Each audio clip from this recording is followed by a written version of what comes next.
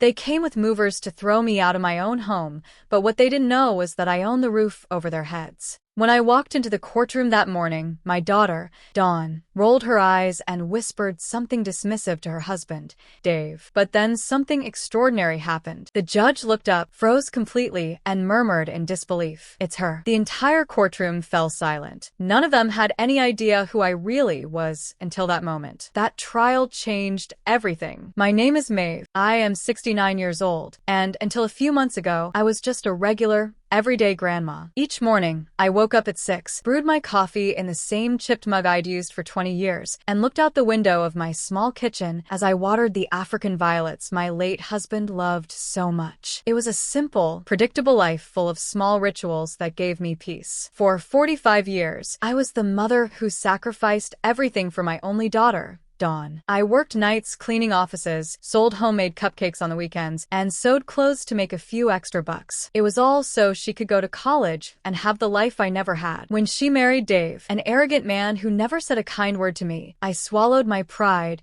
and welcomed them into my house every Sunday with a table set and my best smile. I thought that after my husband passed away, Dawn and I would grow closer. How naive I was. Instead of finding comfort in our shared company, my daughter began to see me as a burden. Her visits became obligatory and cold, her calls less frequent, and her excuses for avoiding me grew more and more creative. The greatest humiliation of my life came on a gray Thursday in October. I had prepared the chicken and dumplings she loved, the kind that took me hours to make, but always made her smile when she was a little girl. I put out my best tablecloth, the one with the embroidery I had done when she was a teenager, and even bought fresh flowers for the centerpiece. When they arrived, Dave walked into my house as if he owned it, slumped into my late husband's armchair, and turned on the television without even saying hello. Dawn wore a green dress I had bought her myself, but her expression was as cold as January ice. "Mom, we need to talk," she said in that voice she had developed since she got married, a voice that sounded like it belonged to a stranger. She sat on the edge of the chair, as if in a hurry to leave. "Dave and I have made a decision," she continued as he sat on the sofa, his eyes glued to the screen. "This house is too big for you. You can't maintain it alone anymore. And we need a bigger place for when we have kids. We found the perfect retirement community for people your age." I felt as though the floor had opened up beneath me. This was the house where Dawn had taken her first steps, where we had celebrated every birthday, where her father had died holding my hand. Every corner held our most sacred memories. Every photograph on the wall told our story. "But Dawn, this is our home. All our memories are here," I pleaded, my voice trembling, each word breaking as it left my mouth. "Memories are in the heart, Mom, not on the walls," she replied with a coldness that chilled me to the bone. "Besides, the community has activities for people like you. You'll be better off there. You'll have company your own age." Dave smiled with satisfaction as he began to measure the rooms with his eyes, as if he were already the owner. "It's for the best, Mrs. Maeve," he added with that fake smile I hated so much. "We'll take care of all the paperwork. Don't you worry about a thing." My heart shattered into 1,000 pieces. My own daughter, the child for whom I had sacrificed my youth, my health, and my dreams, was throwing me out of my own house to give my home to that despicable man. Tears threatened to fall, but I swallowed them back. I wouldn't give them the pleasure of seeing me cry. "I need time to think," I murmured with what little dignity I had left. "There's not much to think about, Mom," Dawn replied, standing up. "It's already decided. They're coming to appraise the house next week." And with that, they left. They left my chicken and dumplings untouched, my flowers wilting, and my heart in pieces on the table where we had once been a happy family. That night, I couldn't sleep. I sat in the kitchen staring at the photographs on the wall. Dawn as a baby. Dawn on her first day of school. Dawn on her graduation day. In every picture, I was there, holding her, hugging her, smiling with pride. How had it come to this?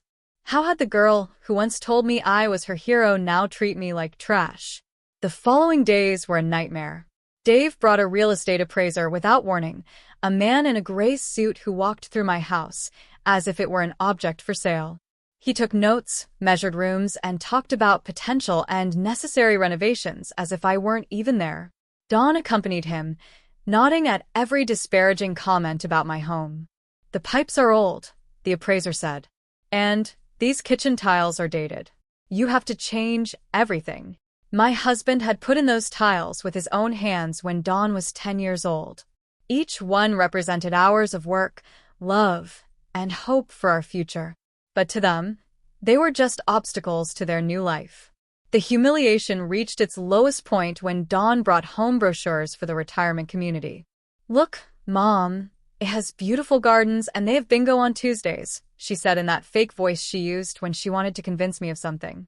"Plus, there's a nurse on duty 24/7. You'll be safer." Safer? I had lived in this house for 30 years without a single problem. I knew all my neighbors. I had my routines, my plants, my memories. But to Dawn, none of that mattered.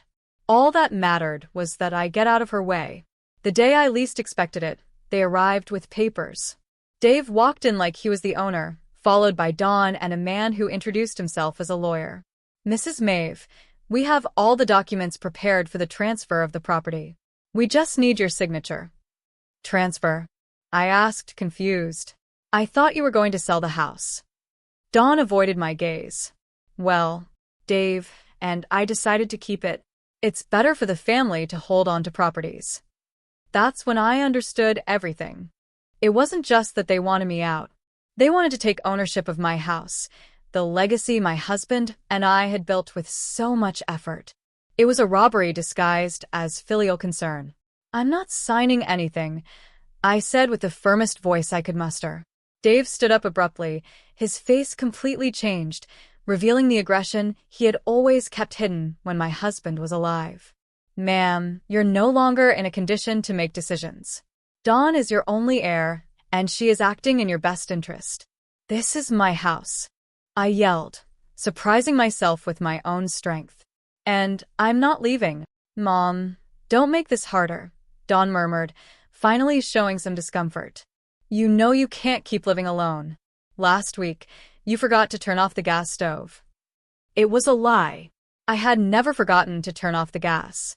But Dave smiled as if he had just found the perfect excuse. "Come on, Dawn. Your mother isn't well. It's dangerous to leave her alone." The lawyer cleared his throat. "Ma'am, if you don't sign voluntarily, we might have to explore other legal options. A mental incapacity proceeding, for instance." I felt the world closing in on me. My own daughter was willing to have me declared incompetent, to steal my house. The man I had accepted as a son-in-law was threatening me in my own living room, and I, a 69-year-old woman, was completely alone against them. "I need time," I muttered, defeated. "You have 1 week," Dave said coldly. "Then we'll do what we have to do." When they left, I collapsed into my husband's armchair and cried as I hadn't since his funeral.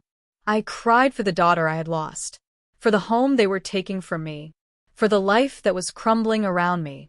I felt betrayed, humiliated, completely defenseless. That night, for the first time in my life, I considered giving up. Maybe they were right. Maybe I was too old, too weak, too useless to fight. Maybe it was best to accept my fate and disappear quietly, just as they wanted. But then something inside me refused to die. A small flame of dignity still burned in my chest. I wasn't going to let them trample all over me without a fight, not after a lifetime of sacrifice and devotion. The next day, Dawn came back alone. For a moment, my heart filled with hope. Maybe she had reconsidered. Maybe she had come to ask for my forgiveness. How wrong I was. "Mom, I came to help you pack," she said in that robotic voice she had adopted. "I brought boxes. We can start with your clothes." I stared at her, searching for any trace of the girl I had raised, but I only found a stranger, cold and calculating. "Dawn, please reconsider. I'm your mother." "That's exactly why I'm doing this," she replied without looking me in the eye. "Because I love you, and I want what's best for you." Love. This was love, stripping me of my home, my dignity, everything I had left. That was love. For the next few hours, Dawn began to pack my belongings as if they were worthless objects. She took my family photos and shoved them carelessly into boxes. She packed the books my husband had given me, the dishes from my wedding china, the tablecloths I had embroidered during years of sleepless nights. "This dress is so old, Mom. I don't think you need it," she said, holding up my mourning dress, the one I had worn to my husband's funeral. "Leave it," I begged. "Please, just leave it." But she had already put it in a donation bag. My pain didn't matter. My feelings didn't matter. I didn't matter. The final straw was when she found my jewelry box. Inside were my wedding ring, the earrings my husband had given me for our 20th anniversary, and a small gold chain that had belonged to my mother. "This jewelry will be safer in a safe deposit box," Dawn said, putting it in her purse. "It could get lost or stolen at the community." "Those are mine," I yelled, trying to snatch the purse from her. "Mom, you're getting very upset. This just confirms you can't take care of yourself," she replied with that sickening calmness that chilled me to the bone. In that moment, I knew I had lost my daughter forever. The Dawn I knew had died, and in her place was this heartless woman, manipulated by Dave and blinded by greed. That night, when Dawn left, taking my jewelry and my most precious memories with her, I was left alone in my half-empty house. The bare walls reminded me of how little I had left, how easy it had been for them to dismantle a lifetime. I couldn't eat. I couldn't sleep. I sat on the floor of my living room, surrounded by open boxes and scattered memories, and I wondered how it had come to this, at what point I had become invisible, when I had ceased to matter. The following days were a living hell. Dave came early every morning to supervise the process, as if I were incapable of packing my own things. He brought in strangers who measured, photographed, and appraised every corner of my house.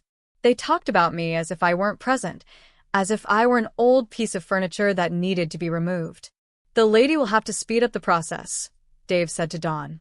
"The movers are coming on Monday." It was Friday.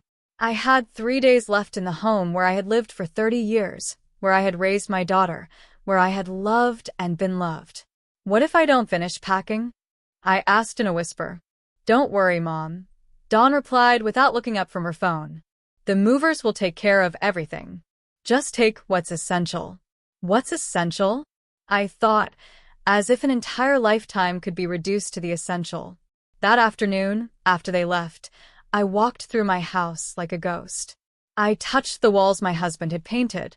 I sat in every chair where we had eaten family breakfasts. I opened every drawer that held little treasures from my past life. In my husband's desk drawer, I found old letters, paid bills, and some documents I had never looked at. Most of them were unimportant, but there was one folder I had never seen. It was marked with my husband's initials and had a small lock on it. Curious and desperate to find something, anything to connect me to better times, I looked for the key in all his usual spots. I finally found it inside an old book, marking a page that talked about investments and properties. When I opened the folder, my world changed forever. There were documents I didn't fully understand, but one caught my attention immediately. It was a will dated just 6 months before my husband's death that I had never seen before. My hands trembled as I read. My husband had been much more far-sighted than I imagined. And Dawn, my dear Dawn, had no idea what she was about to discover. With shaking hands, I began to read the will that would change my life forever. My husband, who had always been so reserved about money, had been much busier than I imagined during his final years. The document revealed that my dear husband hadn't just been the modest employee I believed him to be. For decades, he had been quietly investing every extra dime he earned. He had bought small properties when prices were low. He had invested in company stocks that were now worth a fortune. He had accumulated a wealth I never could have imagined in my wildest dreams. But that wasn't all. The will clearly specified that I was the sole heir to everything. Dawn would only receive a small sum if I died, and only if she had taken care of me with love and respect during my final years. My husband had been wiser than I thought. He had seen something in Dave that I had refused to recognize. There was also a clause that took my breath away. My husband was the owner of the entire building where Dawn and Dave lived. The apartment they thought they were paying for monthly was actually ours.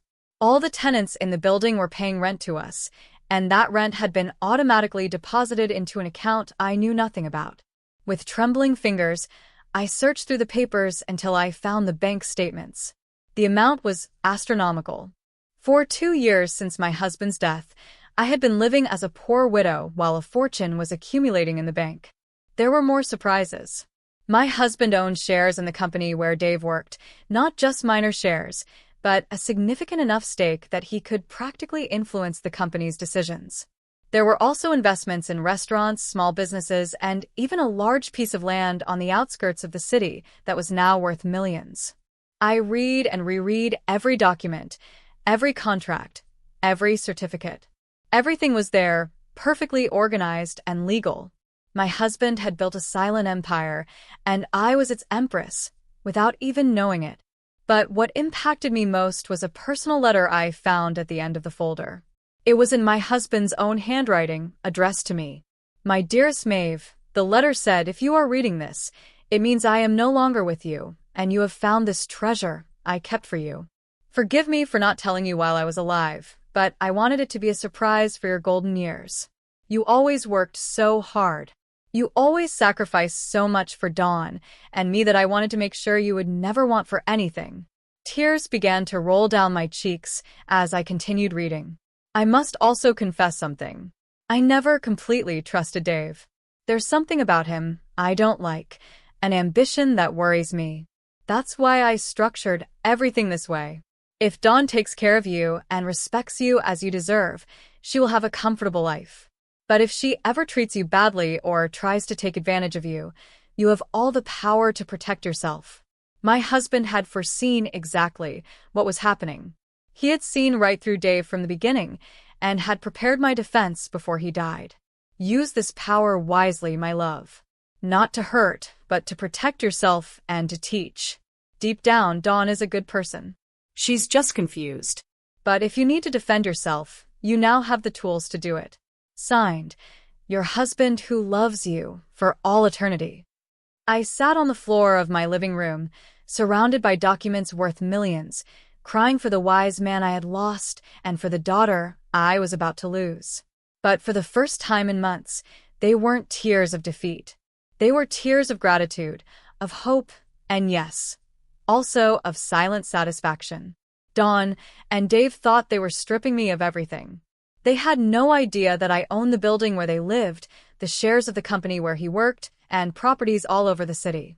They thought they were throwing me out of my house to take it for themselves, not knowing that this house was the least valuable thing I owned.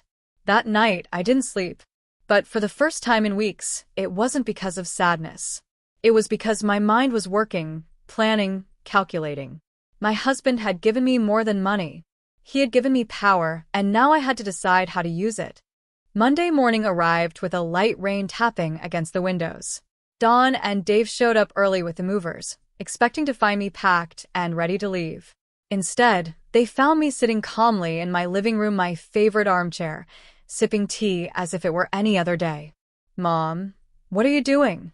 The movers are already here, Dawn said with that impatience she had developed. I'm not leaving anymore, I replied, with a calmness that surprised even me. Dave came closer with that threatening smile I knew so well. Mrs. Maeve, we already talked about this. You don't have a choice.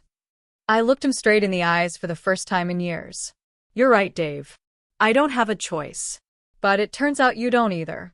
Something in my tone must have alerted them, because Dawn came closer with a worried expression. What are you talking about, Mom? I'm talking about the fact that I just discovered something very interesting about my financial situation, I said, taking another sip of tea. But don't worry, you'll understand everything soon. Dave and Dawn looked at me with that expression they reserved for when they thought I was talking nonsense.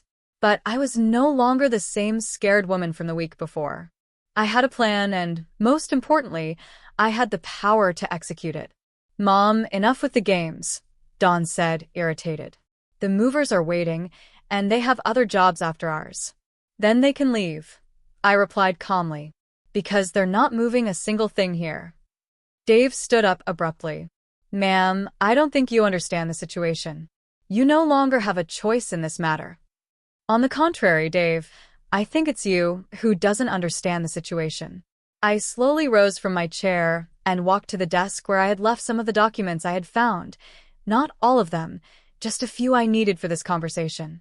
Did you know that your apartment, the one you've been living in for 3 years, has never been paid to the real owner? Dawn frowned. What are you talking about? We pay it religiously every month. Yes, but you pay it to a property management company that, in turn, deposits the money to me because I own the entire building. The silence that followed was deafening. Dave was the first to react with a nervous laugh. That's impossible. You live on a measly pension. I lived on a pension because I chose to, I replied, enjoying every second of their confusion. My husband was much smarter than any of us imagined. I showed them one of the property deeds. Dawn took it with trembling hands and read it 1, 2, 3 times. This can't be real, she murmured. It's as real as the fact that you were throwing me out of my own house to take it for yourselves. But it turns out this house is the least valuable thing I own. Dave snatched the document from Dawn's hands. His face turned pale as he read. This has to be fake, a forged document. You can verify it whenever you like, I said with a smile I hadn't felt in months. In fact, I encourage you to do so. Dawn collapsed onto the sofa as if her legs had been cut out from under her. Why didn't you ever tell us anything? Because I didn't know myself until 3 days ago. Your father kept this secret to protect me. What a visionary he was. Dave began to pace the room in circles, clearly agitated. This changes everything, Dawn. If your mother really owns the building, it means she can evict you whenever she wants, along with all the other tenants who have been paying me on time for 2 years. You can't do that, Dawn said, her voice